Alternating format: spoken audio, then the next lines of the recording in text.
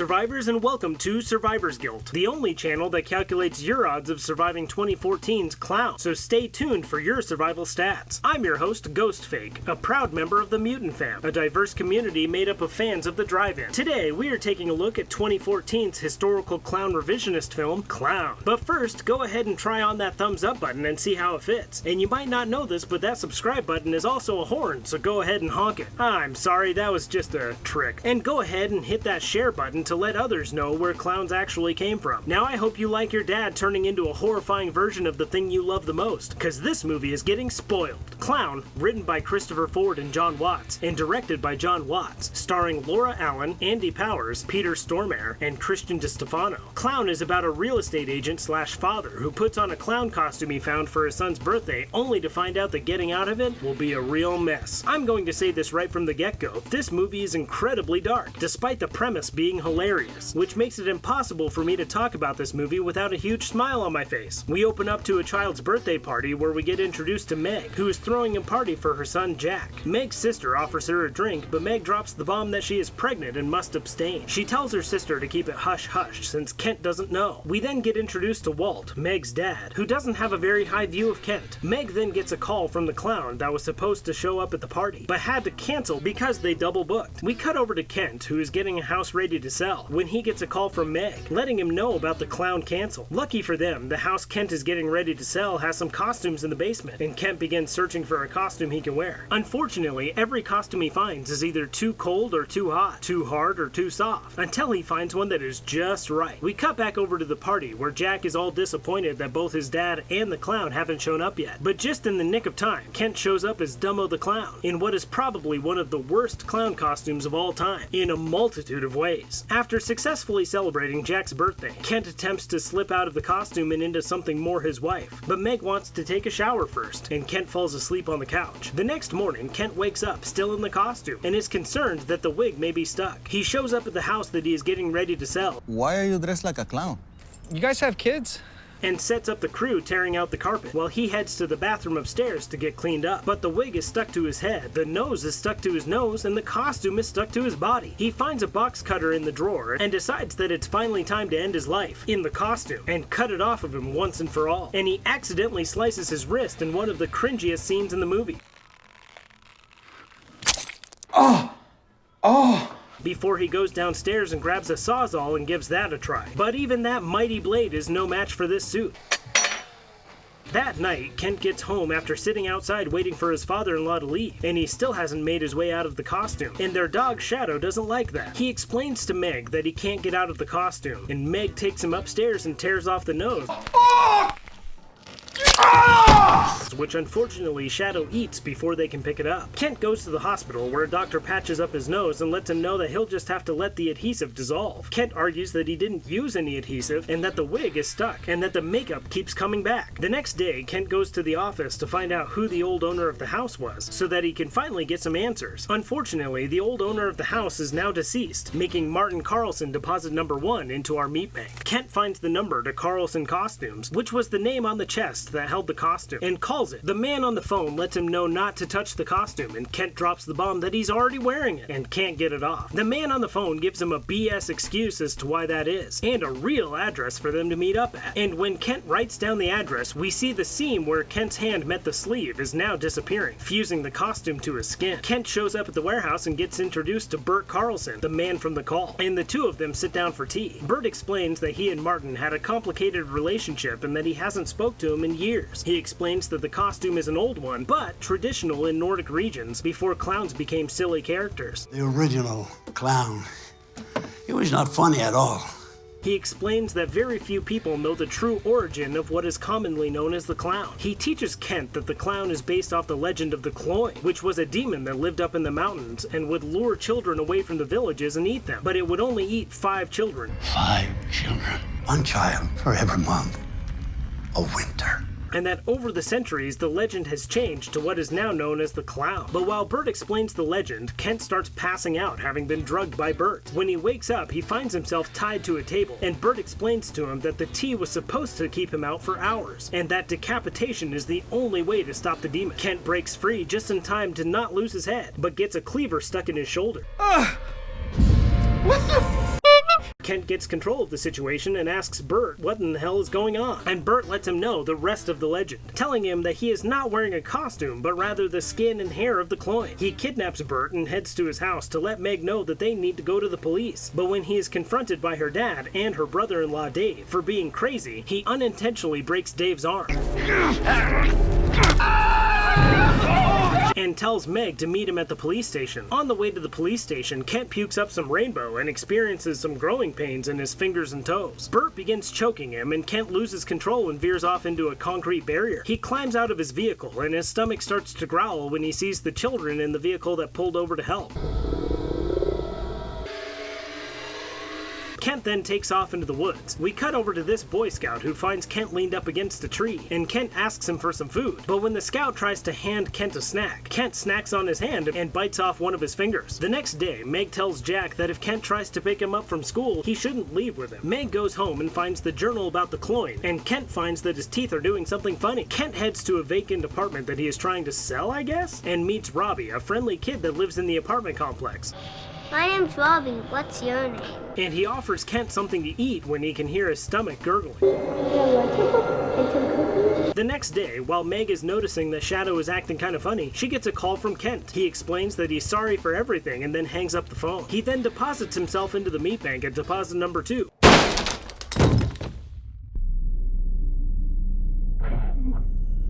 Oh, never mind. Bert said that decapitation is the only way. Kent goes to the store and buys some circular saws to engineer a pretty sweet self-decapitation machine, while Meg goes to all the properties that he has for sale looking for him. He prepares to tip himself backwards into the saws, but falls sideways when someone opens the door and startles him. It turns out that it was Robbie bringing something for him to eat, but when the two saw blades make contact, the blades shatter, sending shrapnel across the room, right through Robbie, sending him into the meat bank at deposit number 2.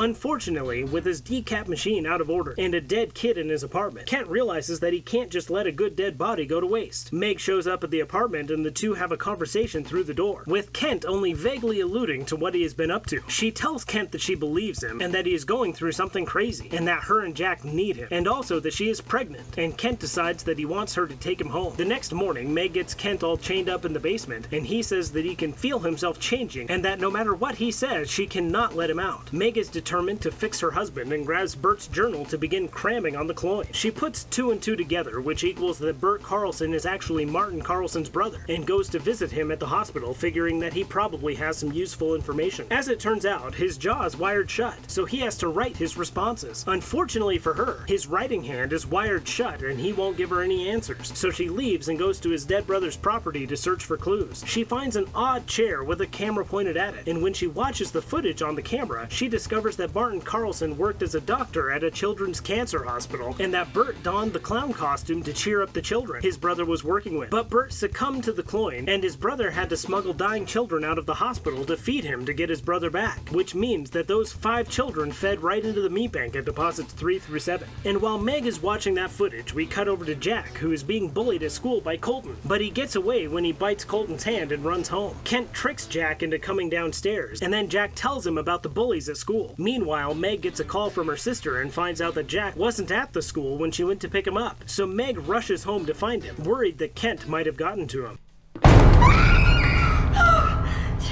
She finds Jack safe, but Kent is nowhere to be found. We cut over to Colton's house where he is playing a video game with some of his trash-talking friends. Colton gets up to clean up a spill when he realizes that the patio door is open, and he thinks that someone may be in the house. And when Colton goes quiet on his mic, his friends begin to think that maybe he is in trouble with his parents because he was ditching class to pick on Jack. Colton took this bottle of glue and was gonna rub it all over that little douche's face. Guys, shut up! Unbeknownst to them, that Kent is hearing everything that they're saying. But when Kent has heard enough, he rushes Colton and one-shots him into the meat bank at deposit number 8.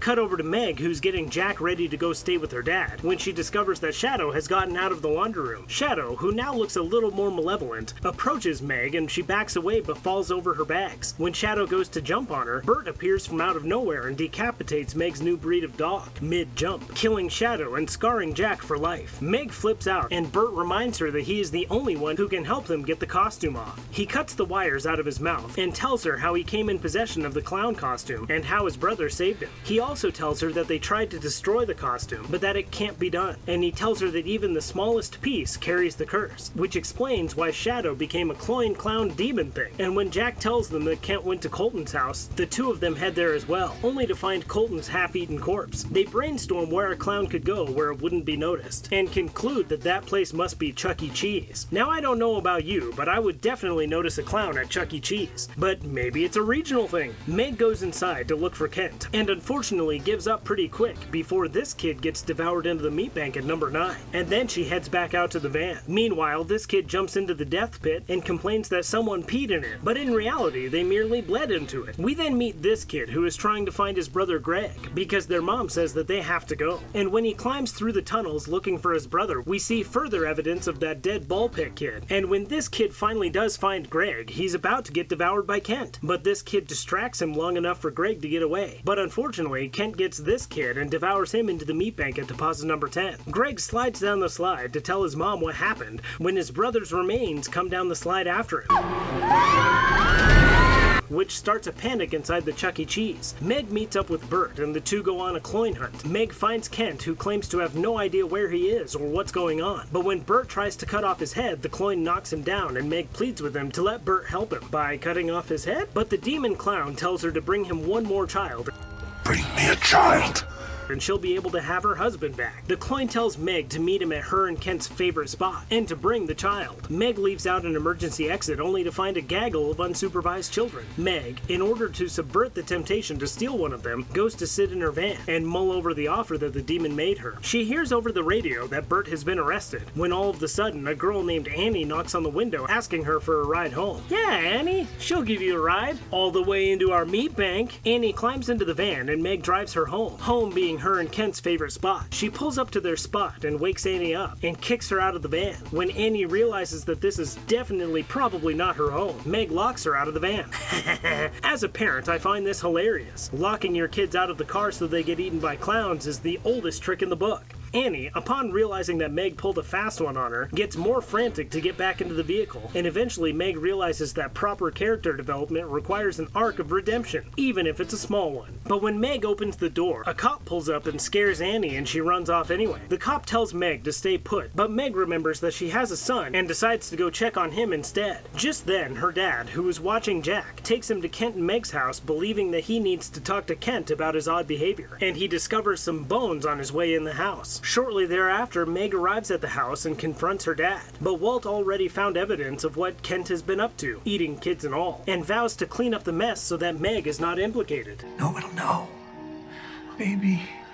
Making him both the best and worst father of the year. But while Meg is mulling it over, Kentywise the demonic clown pops up behind him and rips his jaw off, ripping Walt into the meat bank at deposit number 11. Kentywise then lets out his battle cry, which if you listen really close, I'm pretty sure you can hear a horn. This movie is so f***ing awesome. Kentywise then asks where the kid is that she promised him, prompting Meg to run to the garage for a weapon.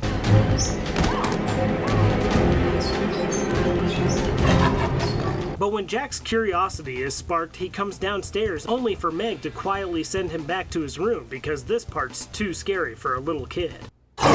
The demonic clown then traps her in the garage and remembers that Meg is with child. Come on, Meg, have you been holding out on us? When the cloyne starts digging into her stomach, she yells for Jack to run, either to distract the cloyne or to throw Jack under the bus. I'm not sure which. Either way, Jack goes and hides in an unfinished area of their house, and Meg attacks Kentywise when she tries to find him.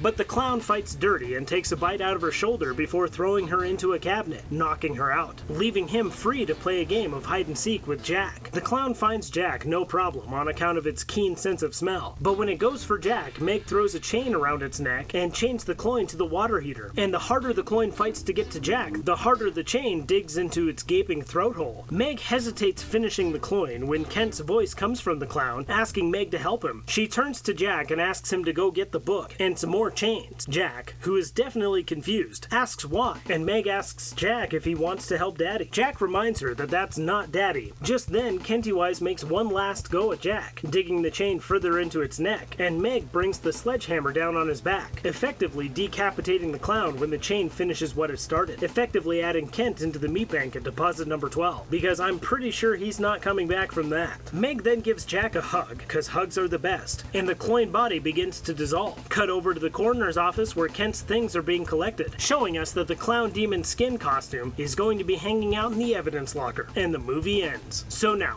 to find out, what are your chances of suffering survivor's guilt? This is where we take a look at our main characters and the death that surrounds them to determine your odds of surviving this movie. We start our meat bank deposits with Dr. Martin Carlson, whose death and subsequent estate sale kicked off these horrific events, landing at deposit number 1. We then get Robbie, who was just trying to give the clown some food, giving the clown some food at deposit number 2, followed by the kids that Bert Carlson had to eat to break the curse at deposits 3 through 7. We then get Jack's bully Colton getting pwned at deposit number 8, followed by the leftovers in the ball pit staining our socks at deposit number 9. We then get Greg's older brother going down the slide the hard way, sliding in at deposit number 10, and Walt doing his best funny face at deposit number 11. And wrapping up our meat bank deposits, we've got Kentywise, the tap dancing clown, losing his head at deposit number 12. Now let's take a look at our survivors. We've got Meg, Jack, the unborn baby McCoy, and Bert Carlson. So out of a total of 16 characters, only 4 survive, giving you a 25% chance of surviving this movie. Given those odds, do you think Annie ever made it home? Let me know in the comments below. Also, how many children can you eat before you regret life's decisions? Also, this is the first one I've recorded since the channel hit 1,000 survivors, so I wanted to thank you guys for that. That is a pretty big milestone, and we have some pretty big things in the works. So cheers to all of my survivors, and cheers to all of the friends that we've made along the way. Thank you Frank, Video Creep, Lily, Dan, the entirety of the Mutant Fam, Matt at Garage of Horror, All Things Top 5, King Need Gore, and also a huge thank you to Brad Thornton for the awesome new channel art. You really knocked this out of the park. And of course Buster the Danish Painist Ditlev for the excellent background track. And of course to every one of my survivors. Seriously, this channel wouldn't be here if it weren't for all of you, and I can't thank you all enough. Alright guys, as always, thanks, and don't die.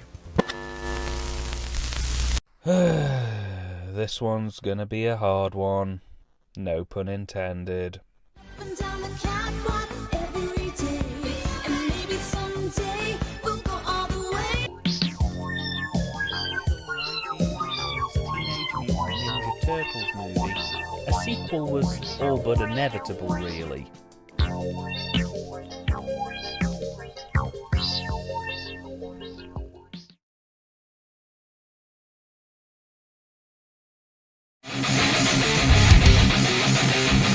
Electricity!